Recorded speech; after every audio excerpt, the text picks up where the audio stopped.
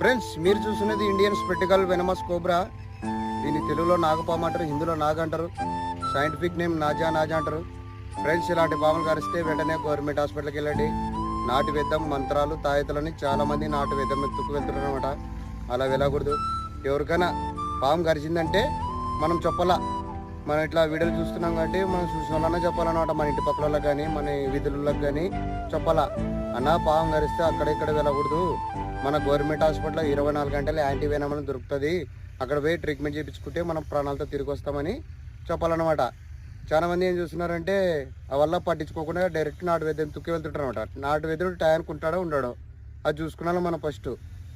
ఇంకోటి ఏముందంటే రైతన్నులు కూడా రాత్రిపూట ఇట్లా పొలానికి వచ్చేటప్పుడు పంచ పైకి కట్టుకొని వస్తుంటారు. అలా రాకూడదు ఫ్రెండ్స్. ఎవరైనా కానీ రైతన్నలు పంచ కిందికి ఇడుచుకునాలా, ఒక చేతిలో ఒక కెట్ట పెట్టుకునాలా. కెట్ట పెట్టుకొని మనం భూమి శబ్దం చేసుకుంటూ వస్తే ఈ భూమి